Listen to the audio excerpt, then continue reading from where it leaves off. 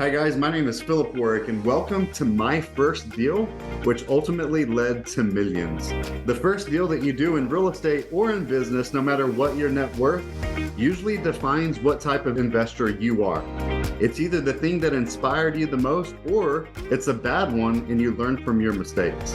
And I get to interview some of the world's most successful investors, local real estate groups, and entrepreneurs from all over the country so that you can get inspired.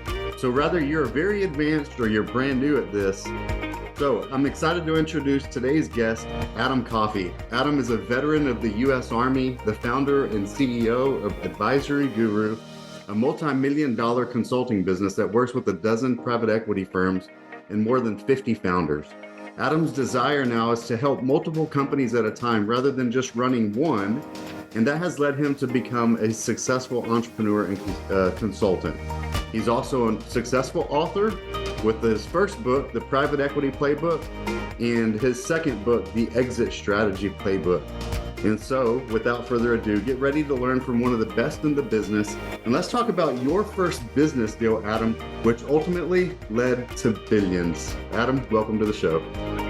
Hey, Philip, how are you? It is good to be here. Hello to all your listeners out there. I was smiling when you were reading that introduction because I was laughing. I was thinking back, if I'd have known that question was coming first, I would have had a prop ready. Somewhere in my 40,000 iPhone pictures, I have a picture of me with my first seven-figure check, so way back when. And I remember, once upon a time, I used to cut, like back then they were checks. They weren't necessarily wire deposits and what have you. I'm an old man. I'm dating myself. But I used to make copies of the checks, and I had a shoebox with all of my 7, 8, figure, 9-figure checks. And it was, each one of those was kind of like a different milestone in my life. So, and they're all special, right? Doesn't matter whether it's the first or the last, the biggest or the smallest, and right. I often tell people, the last company I ran, when I started with it, it was the smallest company I had ever started with. And it was the shortest period of time I had been a CEO when I sold it. And it was the largest payday of my personal career. So they don't all have to be big companies to yield big checks. And every one of them is special. They're like children. So, if I were to, I have to just go back. It's like, there's been so many milestones in my life. I've had a lot of careers within careers, a lot of sub careers, and each one of those had different kind of milestones. And, when I was in the Army, I was Soldier of the Year in 1984. Ronald Reagan is president. And, that was a special event for me, as a young guy, as a young soldier. But I had those all along the way in my career. There were kind of those different milestones. So I know I've been beating around the bush. The first $1 million check I got was when I sold a piece of a business that I was running, and the family office that owned the business at the time rewarded me with my first $1 million, check. And I'm hiding details on purpose. Sure. It was a private company, and the family office keeps stuff close to their vest. But I also, once upon a time, I have to tell you, Philip, I got paid for not selling a company. Oh. So, it was another family office. It was a situation where they weren't necessarily ready to exit, but they sent me on my way to exit the business. And I literally, had buyers at the table at the price they were looking for, and they got cold feet, decided not to sell the business, but decided because I had done my job, they had to pay me. And that was another, big check. And that one was for actually not selling a company. So that's a good one. Yeah, that's awesome. And, when we're sharing these checks, and I used to do the same thing. I had photos and photocopies of all the checks from the real estate deals and flips that I've done. And that was a nice little way of, keep memorizing a trophy, right? Like for each deal that we'd done. And it's interesting. I don't tell this story very much, Adam, but, I've been an entrepreneur all my life, and I tried to go to college. I dropped out of college twice because it was like, I'm just bored. I want to go to work. And I have my college dropout forms framed like a diploma.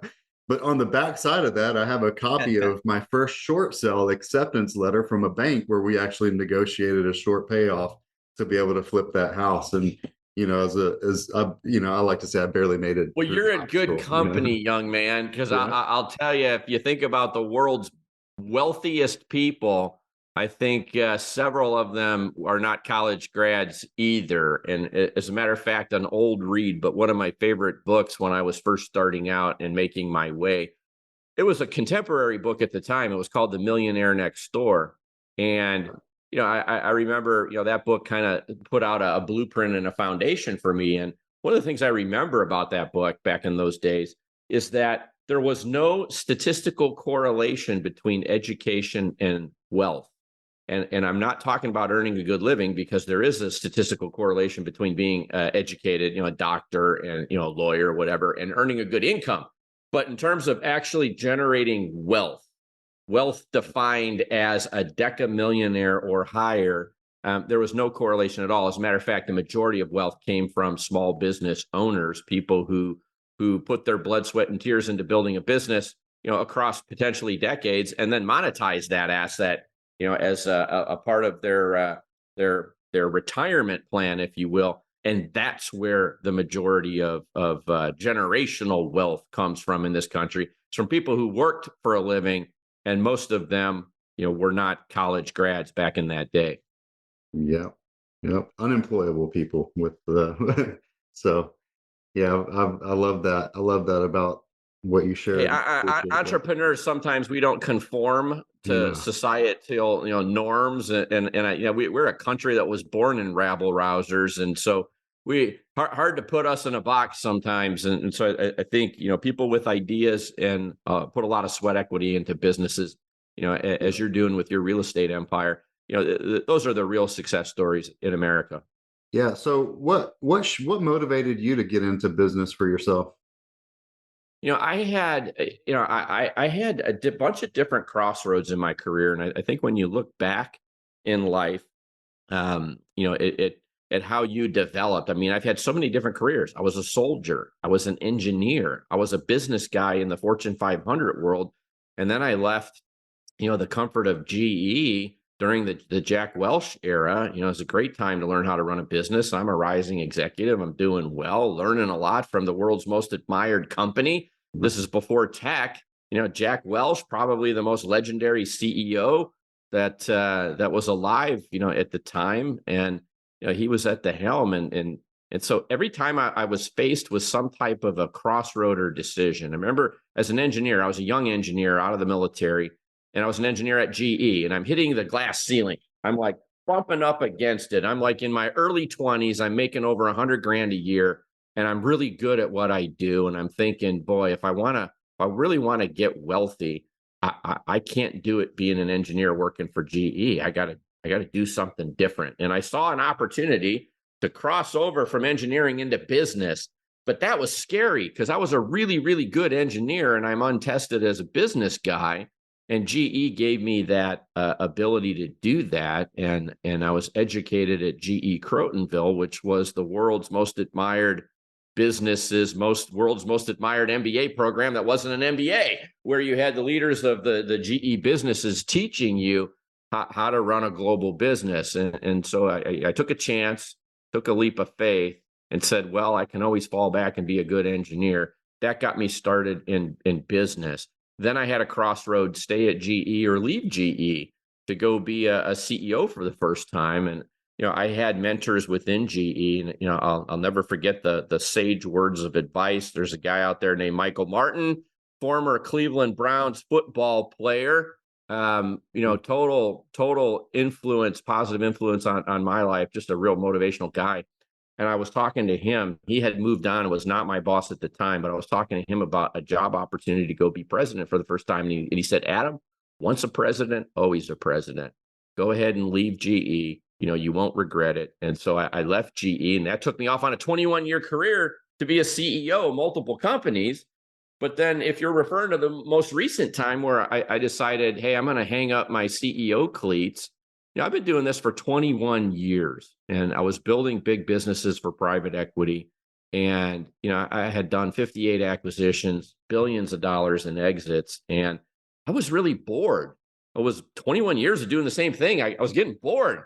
And I'm like, I need a new challenge. And I loved teaching. I had been teaching at UCLA, helping some of the professors there in the executive MBA program. And, I was loving teaching, wasn't making a dime, making a ton of money as a CEO, wasn't having fun anymore. And I think, like, how can I switch this paradigm around? I'm 58 years old. Money's not the object anymore. And it's like, how can I have fun? How can I give back? And I've always been big on giving back. And, I decided, the statistics in America, there's 33 million small businesses in America defined as 500 employees or less. 99.9% of all businesses in America fit in that category. Okay. I had spent a career working in the 0.1%. And I decided it's time to go to work and bring my skill set to bear in the 99.9, where I can work with multiple companies at a time. I can use the knowledge and wisdom that I gained over the years. I didn't create this. I was taught this. I learned through the school of hard knocks how to do all this. But I'm like, boy, I wish somebody would have given me this advice when I was starting out in my, early career as an entrepreneur or manager.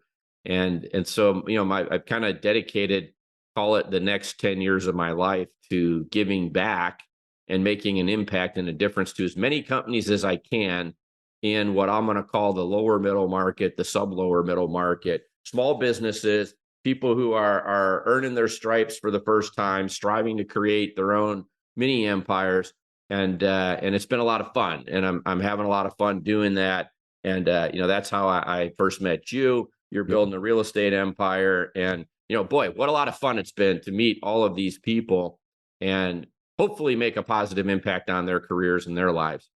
Oh, well, you've already made a positive impact on mine. That's for sure. From the first time, I met you at Mega when you spoke there for us, and I got an autographed copy of the exit strategy playbook from you at that event. And then, just like reading that book and the private equity playbook, the exit strategy, like everything has just been exponential growth for me and learning, and I'm And happy to be part of this group. you didn't know this, Philip, Go but ahead. and I may have told everybody in the room, certainly at different times, but the first empire builder, where we had 300 plus people from, I think it was 27 countries around the globe, something like that.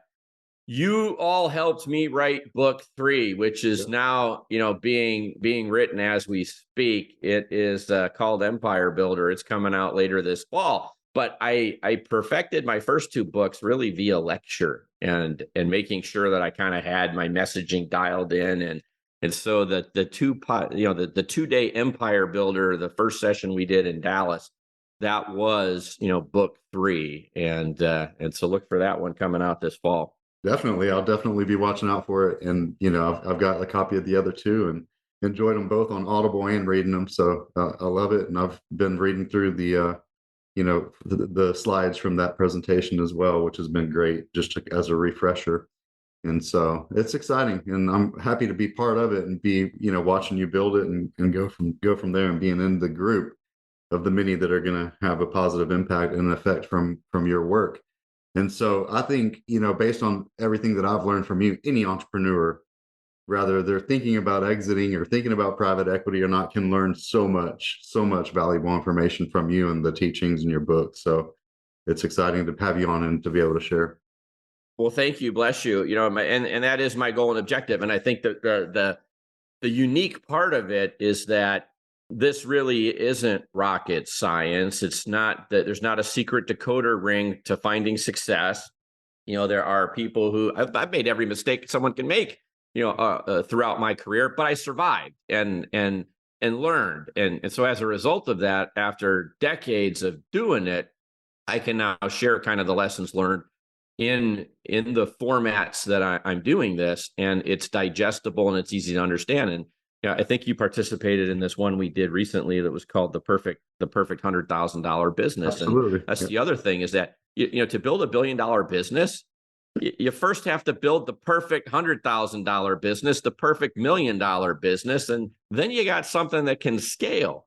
And scaling is so much easier than creating something that works. And I can't tell you how many times entrepreneurs have told me, oh, I'll figure out how to make money once I get bigger. And it's like, well, boy, that's a disaster. That's a train wreck waiting to happen. They just don't know it yet. It's like if you don't make money small, you're not going to make money big. What you are going to waste is time and effort and sweat equity. And unfortunately, we have a finite length to our careers. And so I've been teaching people, if you can get it right small, big is just a foregone conclusion.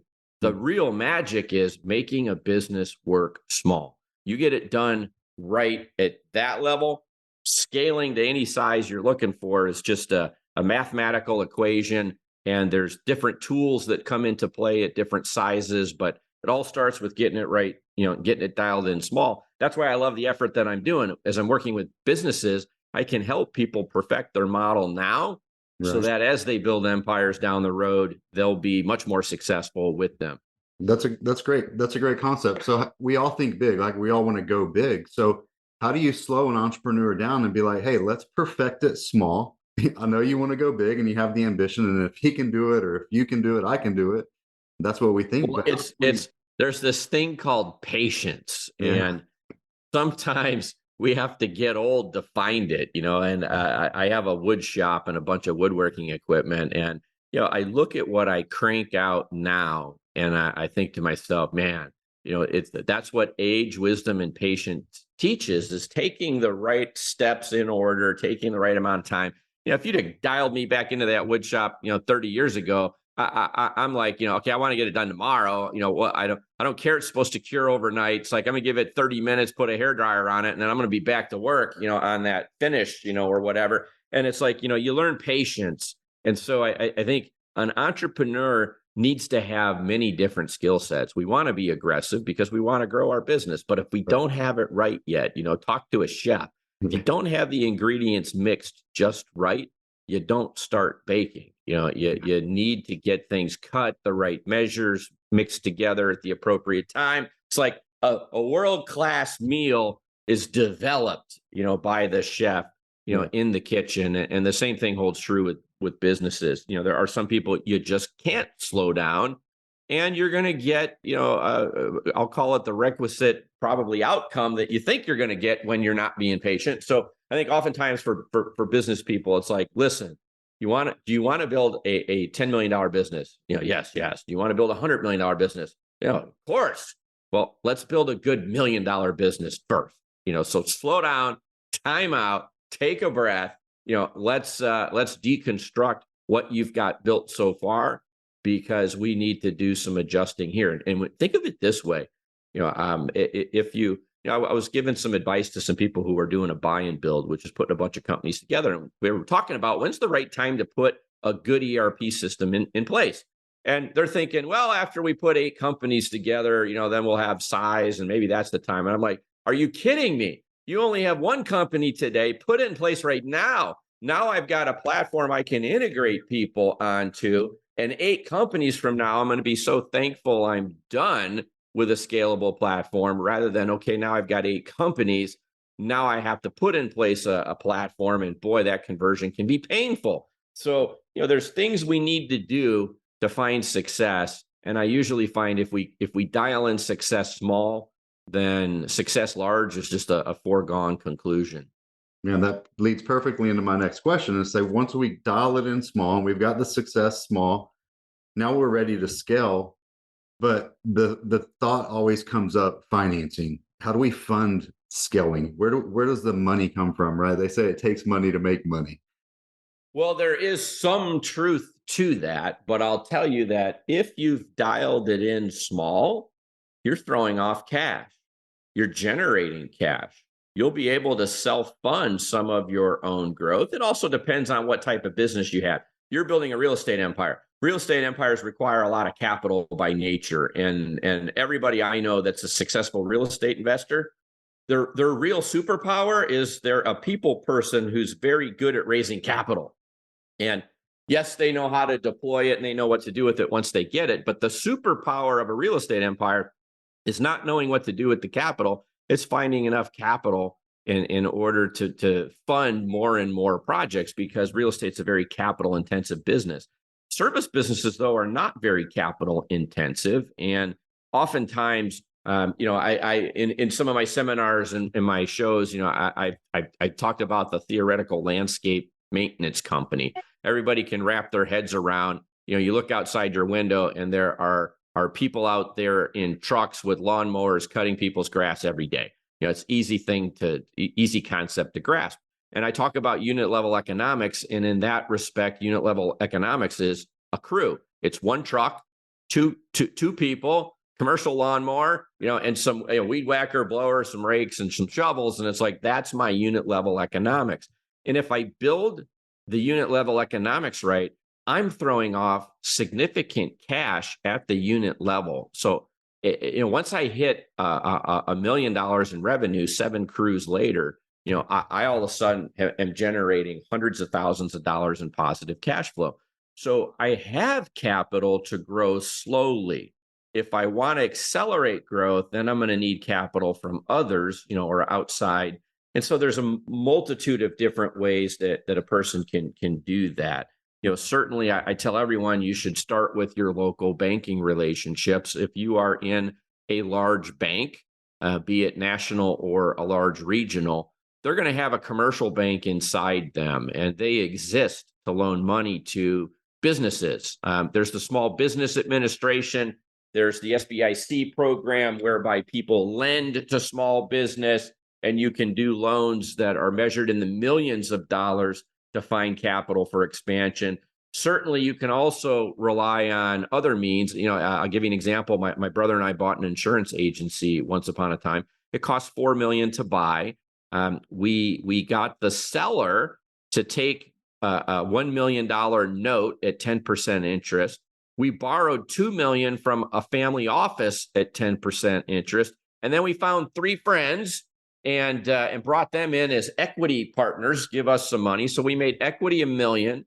We borrowed 2 from a family office. We borrowed 1 from the founder who was selling us the business. The business was $4 million in revenue. It was cash flowing $1.7 million in positive cash flow at $4 million, a lot of capital. It paid off all of that debt in the first 4 years. We owned it for 15 years, and we were then distributing all of the profit once the debt was paid off to ourselves. We ran the business for 10 years, 11 years after the debt was paid off. And then we sold it for $12 million. And although these numbers aren't big, if I think of it in terms of multiple of invested capital, it was the single best, highest return on investment that I made my entire career so far, because the amount of cash we distributed over that 15 years and the amount we sold it for against the original $1 million in capital, you're talking a 12 times multiple of invested capital just on the exit to the entrance, 12 million versus 1 million of equity. But we distributed millions every year for a 11-year period after the debt was paid. You add all that in, it was like a 40 times multiple of invested capital. It was like the home run of my career. I'm sorry it wasn't a bigger company, but hey, there's a lot of ways to finance your dreams. I think the easiest solution, though, is first you have to have a good business. If you have a good business, unit level economics are right, you're a real estate empire, it's that first rental house, it's the first, your Airbnb rental house, it's the first rental property. As you learn how to do whatever it is that you're doing out there, now that you're good at it, raising capital, although it seems daunting, to me is actually the easier part of the equation. Knowing what to do with it, proving to people that you know what to do with it and can generate the kinds of returns that they're looking for that capital, whether it's debt, or equity, whatever the case may be. A lot of real estate projects are project by project, and so there's equity and debt components inside each building, or each apartment complex or commercial building, whatever it is. So I think learning how to do it small demonstrates that expertise. And then you and I have had some conversations offline just about the importance of being seen by others as an expert in your field, so that when you're seeking capital, they're not like, well, who is this person and what rock did they crawl out from under? No, this is a person with a track record. This is a person who's a thought leader in an industry. This is a person I can see myself backing. And raising capital becomes easier as we get better at understanding how to run an effective business. Yeah, I love it. And that, like I've got 20 years experience, been full time for 20 years, more experience than that doing real estate. In everything I do, 98% of my time is focused on doing the business and running the business. And you touched on creative finance, owner financing, seller financing, and all these creative strategies have been hands down my favorite way of purchasing properties over the years and using, the leverage of the property itself as well. So it's always good. It increases the return on investment when we do use debt as opposed to just paying all cash, right? So Sure. And you know what? I always, this is the way I get people to get comfortable with debt, because some people are just not comfortable with the concept of having a bunch of debt. And I talk about, kind of the proverbial, if I'm buying a company, ideally I'm going to use 100% debt. But if I can't, let's say I'm using 50% debt and 50% leverage, which is very common in buying companies today. And people are like, they talk about, oh, highly levered, it's got too much debt. And I think to myself, boy, if you just went out and bought a house that you're going to live in, and you put down 50%, most people in this country, at least, would feel really good about having 50% equity in the house that they own. They would feel really good about, only having 50% leverage on a property. And I think, boy, then why aren't we comfortable with that in business? And I think there's a time and a place for debt and for leverage. If I have 100% equity in something, then I also have 100% risk if something bad happens to that single investment. And I think a mistake a lot of entrepreneurs will make is they never think bad things can happen. Bad things happen every day. We have pandemics, we have wars, we have planes that fly into buildings, we have stock market crashes, we have bubbles that burst, recessions. I mean, there is stuff going on just with a higher frequency level. It seems volatility is not only here to stay, but the world's more volatile, and the frequency between big events seems to be shorter and shorter. So I think there is a place for debt. If, right. as an example, if you have 100% leverage or 100% equity in something, and something happens to that asset, you've lost 100% of the equity. If I have 50% debt and 50% equity, and I have 50% of my equity somewhere else being invested in other places, well, if something bad happens to the asset on the right, I still have 50% of my equity in the asset on the left. So I think there's a time and place for debt. People need to be comfortable as long as they're not over levered. Right. And, they need to be comfortable. But I think there's a time and place for debt. It allows us to spread our risk and to make sure that we have a diversified portfolio of assets, whether it be our company or real estate or whatever. Yeah, that's great advice. I often joke around like, hey, be Dave Ramsey with your personal debt and your personal life, but not with your business debt and your real estate, So Yes.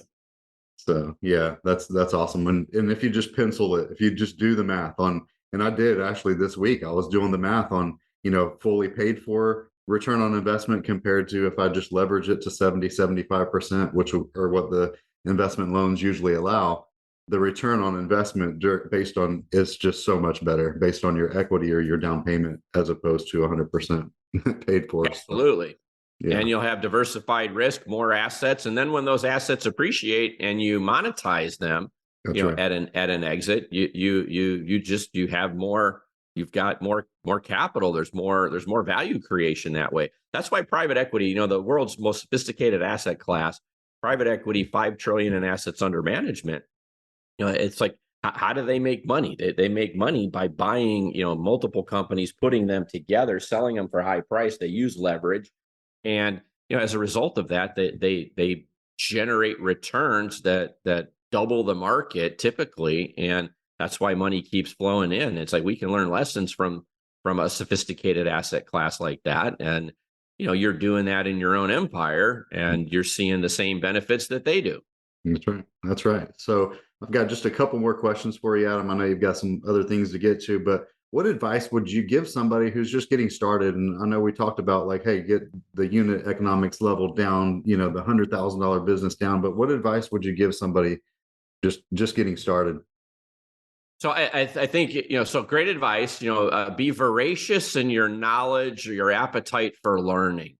And so read a lot, connect with others, peer groups, work with a coach, work with, if you have desire, and maybe not experience starting out, you can leverage other people's experience to bring them to bear for your benefit. So be hungry to learn.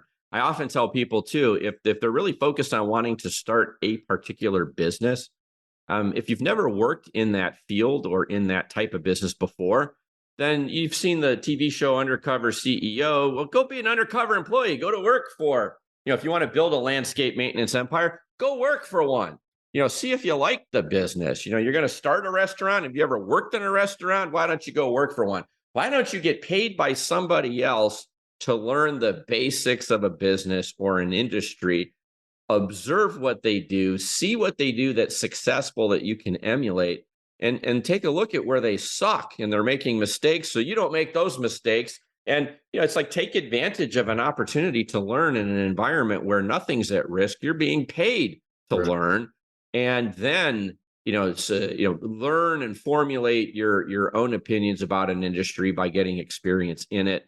And if you're starting to build an empire and you're finding some low-level success, find yourself, surrounded by people who have found success on a much bigger scale. You don't ever want to be the smartest person in the room. If you're the smartest person in the room, you're in the wrong room. So as you're starting out, you're building a business, get advice, join peer groups, and seek knowledge from others who are more successful than you, who can help you formulate the blueprint for success later down the road. And I think we all need mentors. We all need mentorship in our lives. If we can find a good nucleus of people, these aren't people that are in competition with you. Generally speaking, people will give you good, solid, sound advice based on their opinions and their own experiences. And what you're hoping to do there is cut the learning curve down, cut down the number of mistakes you're going to make, because we're all going to make them. But if I can minimize them by learning from others, by getting experience in an industry before I launch, boy, wouldn't that be great? So in your example, you're in the real estate, game, buying properties and leasing or renting them. It's like, boy, go work for a property management company, learn about the mechanics of it. Go work for a property maintenance company, learn about, rehabbing properties, or learn about, what's a good one versus a bad one. It's like, go be a property manager for somebody, one of the big REITs or property management companies, and learn. And then as you're learning, you're taking copious notes, you're writing your business plan. And when it's time for you to come out of the shadows and start your own empire, you're doing it from a position of strength, knowledge, and learning, rather than, I think I can do this and be successful. You should have a better feeling that I know I can do this. I've seen it. I've been there, and I've learned from others. Yeah. I often say work to learn, not to earn, right? And you're going to earn Exactly. something, but it's more important to, to learn from somebody that's ahead of you. And that brings me to my final question. And one thing I do remember when I first got started, I was doing, a deal here, a deal there, maybe 2 or 3 deals a year. But it wasn't until I started getting coaching and getting mentorship and going to more trainings and seminars, I went from doing just a few deals a year to doing a few deals per month, right? And I have ever since. And here I am 20 years in. I'm still reaching up to people that are smarter than me, like yourself, getting coaching, getting mentors, and still learning everything that I can, constantly reading books and studying and things like that. But looking back, what would you have done differently in your first deal in your career over the years? I tell people, I write my books, I give away all the royalties to charity. I use it to fund my philanthropic work. But I really wish someone would have given me my books 30 years ago. And, I don't think it was as common back then, to have peer groups Yep. and to seek mentorship. And so I would say, if I had it to do over again, I'd have been even more thirsty for knowledge and more focused on learning from other successful people that I could emulate and learn those lessons from, to try to cut down on my own learning curve. And so I grew up in an era where there was a lot of trial and error. There was a lot of mistakes made. and you got through them. And if you survived, it was because you had more hits than you had strikeouts, and you managed to build a reputation, and you kind of gutted your way through adversity. Today's world, you don't have to gut your way through anything with AI, with all of the peer group networks, with all of the learning opportunities that exist in life. I think that success is easier to find today than it was decades ago because of all of the knowledge base and the fact that the world's gotten smaller and there's more opportunities. I mean, if I go back to my early business career, there were no cell phones, there were no desktop computers, there was no email, there was no social media, there was no internet other than an academic thing or a government tool. It's like, boy, we were literally in the Stone Ages. Today, the world is much smaller. Technology joins us all at the hips. We can learn instantly. And if not from each other, we can learn from AI. And so I think there is just so much wealth of knowledge that we just have to get our nose out of our cell phones long enough so that we can focus on building, call it the plan. I think too many entrepreneurs start with no destination in mind. I think it's really critical today that you have to have a really good understanding of what success looks like in your own life. How do you define success? And what does the destination look like 10 years out so that I can start charting a course? And I talk about this in my latest book, and I talked about it in the seminar. It's like, if we're all in Los Angeles and I told you get in a car and drive without a destination in mind, you would spin your wheels and you'd drive a few miles, you'd go in circles, you wouldn't get anywhere. And that's most people in life. They don't have a destination in mind, and they don't know what success looks like. And so they don't know if they're there or not. They're just wandering around aimlessly. If I told you in LA, get in a car and drive to New York, all of a sudden you've got a destination. It's a multi-day trip. That someone's going to have to feed the cats, the dog, get the mail. I'm going to have to pick waypoints and stop at a hotel. I have a place to sleep. I'm going to eat. I need to pee. It's going to take me 3-4 days to get there. It's like you can plan. And I think if we're early in our careers or just starting out, or even if we're late in our career, but we're starting a new entrepreneurial adventure, we need to think real carefully about what does success look like before we start?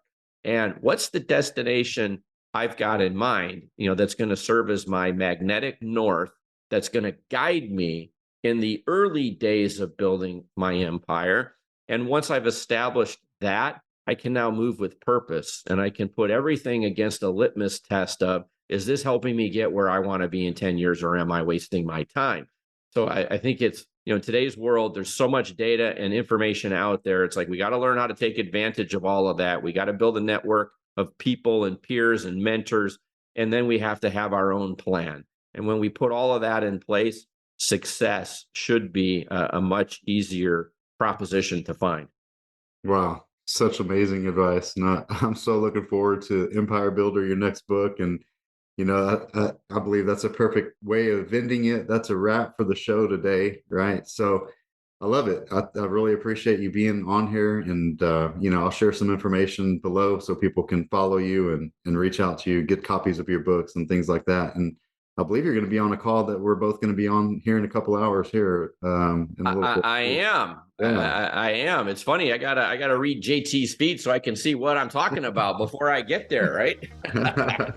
Yeah, it'll be great. Hey, it'll be great. Yeah. Hey, Philip. Thank you for having me on. I know we tried this a couple times, but we could finally connect and get it done. So thanks for having me. We'll have to do it again after the next book. So thanks for being here. God bless you. Thanks.